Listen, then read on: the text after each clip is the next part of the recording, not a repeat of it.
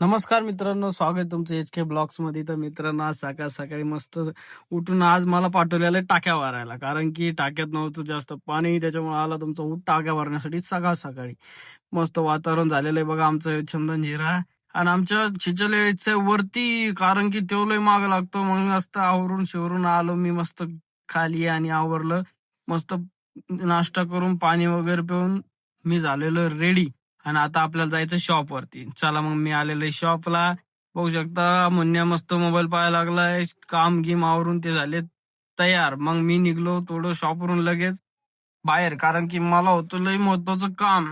कारण की आपल्याला लय मोठे काम आहे आणि ते आपल्या वेळेत पूर्ण करायचे. तर भव्य सांगत होता मला काहीतरी, आपल्या गप्पा चालल्या होत्या. गप्पा मारत मारत मग हे आपले दीपक भाऊ पण आपल्या सोबत होते, कारण की आम्हाला जायचं महत्वाच्या कामानिमित्त. मग दीपक भाऊ पुढं पुढं, आम्ही पाठीमाग माग.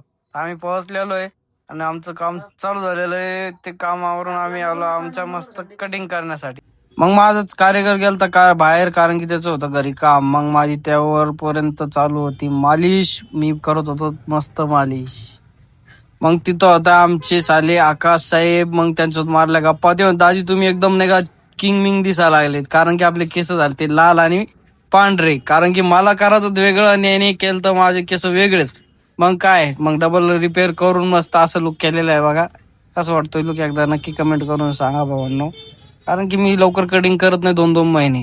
त्यानंतर दीपक भैया पण आमचे दीपक भैयाचा मस्त लुक झालेला आहे. मग आम्ही आलेलो शॉपवर आपला गोट्या कामाला लागेल मित्रांनो. आपला गोट्या कामाला चालला, त्याच्यामुळे गोट्या काय आपल्याला दिसत नाही जास्त.